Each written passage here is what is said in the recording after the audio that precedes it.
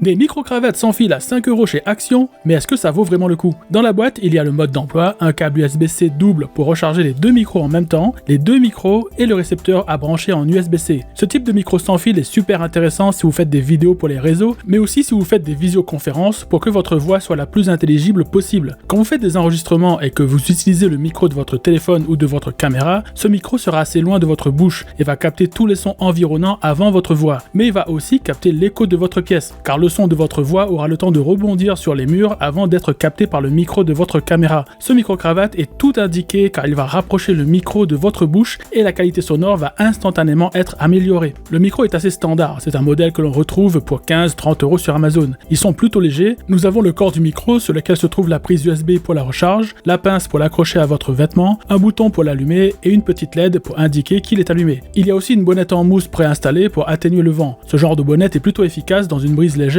mais ne fera pas de miracle en cas de fort vent. Par contre, il atténuera bien le souffle de votre parole si vous tenez le micro devant votre bouche. Le récepteur, quant à lui, est assez simple. Une fiche USB-C à brancher dans votre téléphone ou sur votre PC via un adaptateur USB-C vers USB-A et une petite LED pour vous indiquer qu'il est en attente de connexion des micros. Pour connecter le micro, il suffit de maintenir le bouton d'allumage au dos du micro enfoncé pendant 2-3 secondes et le micro s'allumera et se connectera dans la foulée. Pour l'éteindre, il suffit de laisser le bouton enfoncé pendant 2 à 3 secondes. Pour charger les micros, il faut franchement enfoncer les fiches USB, ça fait quand même un peu peur, j'ai un petit doute sur la durée de vie de ces prises USB femelles. Testons maintenant la qualité sonore. Niveau qualité audio, les aigus et les médiums sont assez atténués, ce qui donne l'impression d'un son étouffé avec pas mal de dégradation du son due à la compression. En corrigeant un peu la couleur sonore avec un égaliseur, en relevant un peu les hautes fréquences et les médiums, on a un meilleur rendu mais on garde quand même les défauts dus à la compression. La bonnette fait son travail pour atténuer le souffle de la parole et les manipulations du micro, si vous le tenez en main, sont quand même assez atténuées, ce qui est un bon point. Le rendu fera l'affaire sans être fou,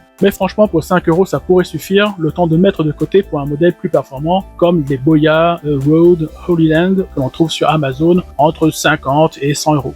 Merci d'avoir regardé cette vidéo, partagez-la si vous connaissez quelqu'un qui cherche des micros sans fil, abonnez-vous pour plus de tests, à la prochaine!